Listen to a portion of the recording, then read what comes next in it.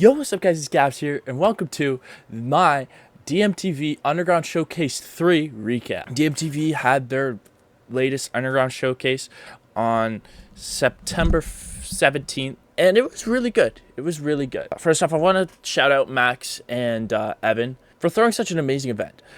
Genuinely, these guys treated me like they literally treated me like I was an artist. Pretty much better than anyone in the industry has to date. They were so accommodating. They still are. I have more content with them coming, and they're still just, you know, helping me in every way they can, and it's awesome. They're literally the realest, most professional and talented dudes in the industry, and it shows. Next, I want to shout out Elixir, who was DJing the whole night.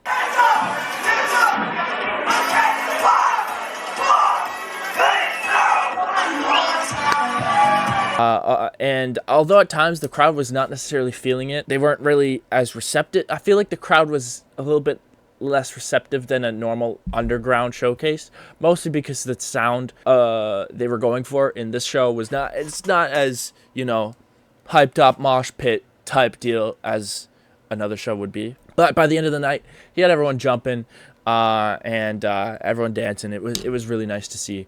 That kid's so talented and so cool. It's awesome. Before we get into the performers, I wanted to just play, you know, some of the interviews I got, just some questions about what the night meant to some of these performers and some of the people involved. All right, we are here with Elixir. We are here with Jonah Zed. We are here with Rai. We're here with LIL ESSO. We're here with Maxim. What does it mean to you to be performing tonight at the DMTV Underground Showcase? A very sentimental moment. I love answering this question about this event because 8 years ago I went to my first ever concert here at Revival, and that was the night that my whole life changed. That's when I was like, yo, I want to start getting out there. I want to start, you know, doing this and that.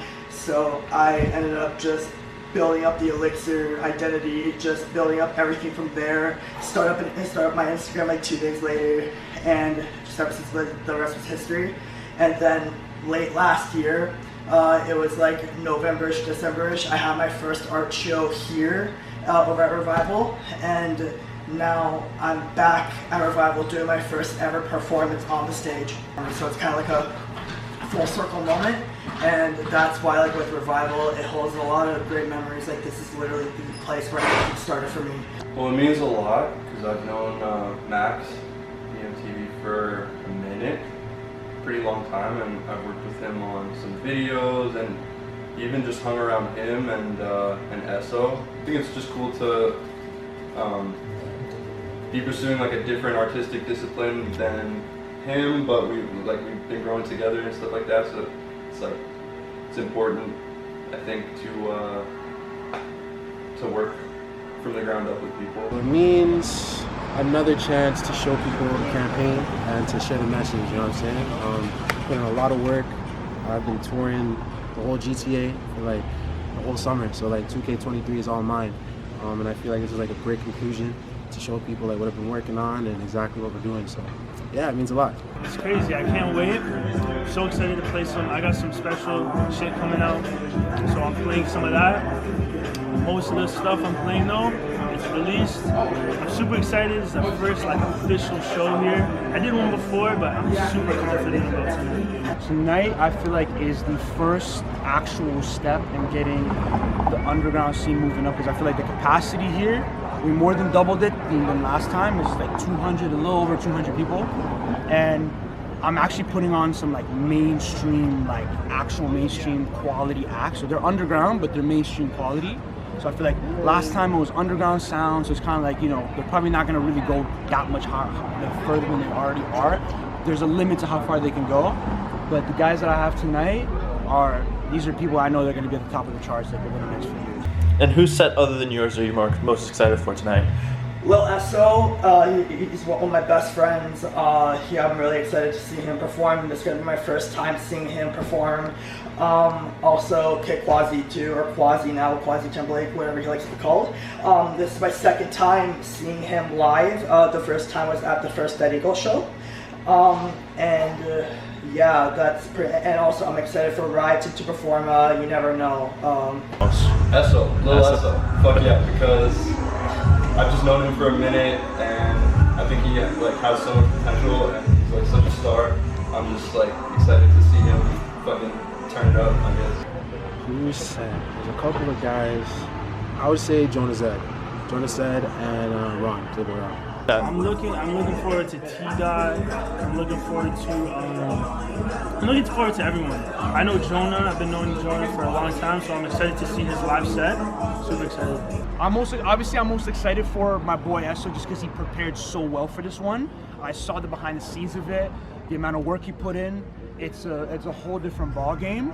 So I feel like there's definitely something special for with his set, which he's going up next because right now it's all he's performing. Aside from that though, I was actually really excited to see what Misa had to offer because I saw her perform before, but I think she's still slept on heavy. She's an amazing singer, and that was no auto-tune tonight. So if there's any footage that comes out that everyone's gonna see, that's zero auto-tune. So she's pure talented. Now let's get into the performers. First we had Rye. Take it as you go, you can leave it if you like. Always gonna roll, no, I'm messing with your sight. You tell me all the things that you be thinking I don't mind. Baby, come through, got your body feeling right. If I'm being honest, I think Rye was put in a tough spot. He's the opening act, which is always a tough spot. But with this show in particular, I think the crowd was obviously a much older crowd. It was a 19+ event, and I think, as the opening act, you're trying to get the crowd involved, get the crowd hyped up, and he was trying his damn best. Jumping into the crowd, interacting with people, he was doing pretty much everything he could. The only thing is the event was obviously more of a, I would describe it as almost a white-collar event than a true underground showcase. The vibe was very pop R&B, and while some of Rye's music fits that sound, the energy from the crowd just didn't match his set that much. It has nothing to do with Rye or his music at all. It's just the combination of the crowd that was there and the cons of being the opening act. Second, we had an artist that I've been meaning to cover for probably a year now. Just haven't gotten the chance, which is Misa. I've been in the day trying to call out. You've been on my phone trying to work it out. Why you talking nice, speaking that now? Give me some more time, I'll show you why. I got bands on my mind, chicken and eating out wine. Don't waste my time. Smoking all the pain away. Lonely love, self-gain. Starting to break away. Nothing to take away. I don't think that I'm okay. I'm feeling suffocated. Fuck it, I ain't never been a thing to you. Why you trying to bring me down with you? I've been on that ecstasy just so I don't have to think. I've been trying to smoke it all down to my lungs to make sure I'm not numb. I've been smoking on my ones. You can't trust no one, can't trust no one. How you let me take my heart out? Didn't even let it fly out. Fucking me, try to keep it clean. You know damn well what this is about. Say it's love and then you walk out. Should've listened to my friends now. Yeah, I seen it coming, yeah, I let it run and hurt me. I don't wanna feel this way, yeah, I'm hurting. Don't know if it's worth it. I've been trying to feel something, trying to numb the pain, but it's hurting. Don't know if it's working. Holy fucking, this girl sing. Straight up, probably one of my favorite R&B underground artists. Her shit's catchy. And obviously she's part of the Dynasty crew, I believe. And they roll deep. Anytime anyone of their people does anything, straight up, you could count on 15 people being there just to support a one act, which was a massive blessing to this event in particular, because from this point onward, the night was a lot more energetic. The energy in the room was a lot better. Honestly, I don't have too much to say about this performance. It was very good, and that's probably why I don't have much to say about it. Misa did her thing, and I'm excited to hear some new shit from her. Then we had T-Dot. Let's go, chase. Till I go to sleep, boom, keep chasing. 7 minutes, 5, 4, 3, 2, 1, let's go. I come to find out, I'm a 10 for the NBC. Been a voice on a penalty, and I've been a house on you on NBC.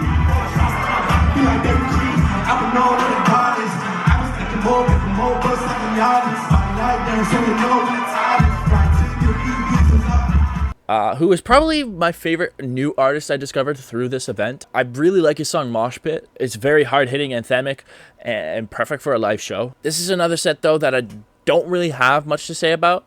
But I do want to see T-Dot perform at maybe a more like hardcore underground showcase to see what that type of crowd would react to the music he has. Then I believe we had Zali or Zayli. I'm not quite sure on the pronunciation on his name.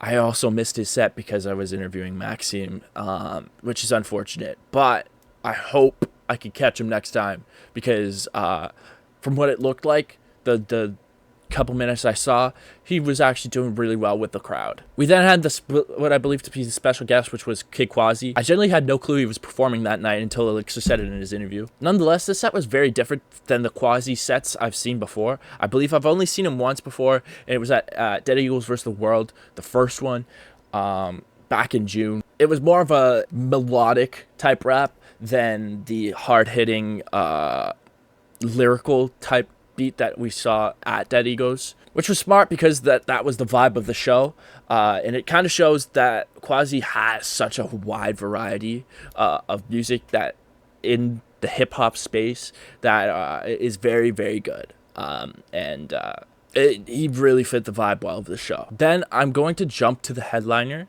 Jonah Zed. I'm a mess. I've been put on my test. You say I should take a breath. I need a cigarette. You think I don't answer your calls, 'cause I don't care about your problems. Maybe you need a rest. I think I'm losing my head. So who you calling cold hearted? Love is how this all started. So who you calling cold hearted? Who you calling cold hearted? Cold hearted. Who I wasn't too familiar with before the show. I knew him from a song with LIL ESSO, and in preparation for this show, I discovered he had worked with Patrick CC, which was pretty sick. As far as the performance is concerned, he had a sick band with him. It was very interesting, almost indie pop rock vibe, with a touch of jazz in there. I genuinely enjoyed it, but I don't think it's something that I would go out of my way to go see, if that makes any sense. But still a great performance by an artist who I'm really looking forward to familiarizing myself with a bit more. And finally, this is where the glazing begins, because Lil fucking ESSO, man. Holy shit.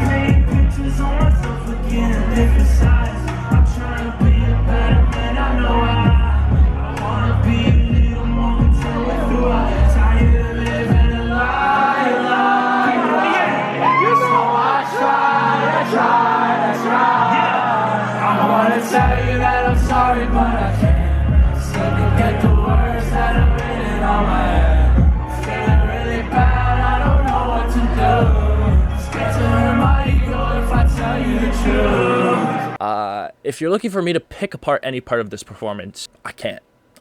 First off, this band's energy backstage and interacting with people is just special in itself. He's just got that straight up, I know this is like some popular TikTok term, he's got straight up main character energy. Like when ESSO walks in a room, you know a Stars has entered the room. He doesn't even really have to say shit. People just know. That just the way he interacted with everybody, especially with his interview with me and even his interview with Russ Amir. It shows that he's very aware of what's going on. He's so, like, knows what's going on, how to interact with each person. He knew to play around with Russ, and then with me it was a little bit more serious, a little bit more like actually, you know, whatever, professional. I don't know, I wouldn't say professional, but you know what I mean. Then he also showed like zero nerves at all, which is crazy because the crowd was pretty much there for him. As much as he was not the headliner, he's the one signed to digital music. He's the one that's, you know, Max is pushing like heavy. All his friends and family were there. That was his show, realistically. But he had zero nerves. He looked so comfortable backstage. It was insane. Then the performance itself was just as insane. From the moment the lights went out, it felt like almost magical. I was blessed enough to be surrounded by like a bunch of his friends and I believe some of his family, like right at the front of the crowd. Yeah, it was crazy. From his name being chanted before he even made it on stage, to the crowd knowing almost all of his lyrics, to him bringing Alexa on for Tell Me I'm in Love, to the acoustic version of, I think it was Ran Out of Love. I'm not quite sure on that. Don't quote me on that. I probably have that wrong. To the encore, which is a cool little teaser for his album that's coming out. This set was borderline perfect. It's generally one of the first sets where I was really left speechless when it comes to the underground. Like on a real note, I've heard people like talk about back in the day. This comparison may sound crazy to some of you, but if you were there, you know, like this is, people talk about seeing like The Weeknd in Toronto, like in like 2010, 2011, with like 20 people in the crowd. And while there was way more than 20 people there, it almost felt like, oh, this is seeing a star in the making. The type of music this guy makes is so good while also keeping that commercial vibe that can really take his career to the next level and to levels above so many artists that are doing underground stuff, right? This is a pop star we're talking about, a future pop star. And like, you just know this dude is special. And you know that in like 5 years, he could easily, like, I feel like this is a very like Kid Laroi-esque type discography that he has. Or even bigger for that matter, because I feel like he can even do even more pop stuff. He's a true fucking pop star. Like, there's no other way to put it. And that night was just the beginning. It was insane. It was insane. So that's my recap, review, whatever you want to talk about, the DMTV Underground Showcase. Be sure to let me know what you think, or what you thought, if you were there, what you thought of the event in the comments down below. Be sure to check out every artist that performed at the event, because they're all working hard. They're all very talented. And as Max said in his interview, he thinks that these guys are probably the most likely to be on top of like the charts in the next coming years. And I believe that a lot of them can. So be sure to check them all out. And yeah, I will see you guys in the next video. What does... Bro, look at this kid. Look at this goofball. Look at this goofball. I stole like 6. Don't you? Nah. Huh? Bro, put this in the interview. Yo, what the fucking goof? Bro, you have school tomorrow. Bro, go home. You got school. Oh no, I bought this. Thank you, bro. I got you. You want a chocolate? Bro, I'm get him good. one. Get him Oh one. yeah, you want a chocolate? I'm gonna take that. Actually, Mr. I'm gonna Beast. frame it up just because you gave it to me. I'm gonna frame it up. Alright, I have school tomorrow. Bye. Bye. Alright.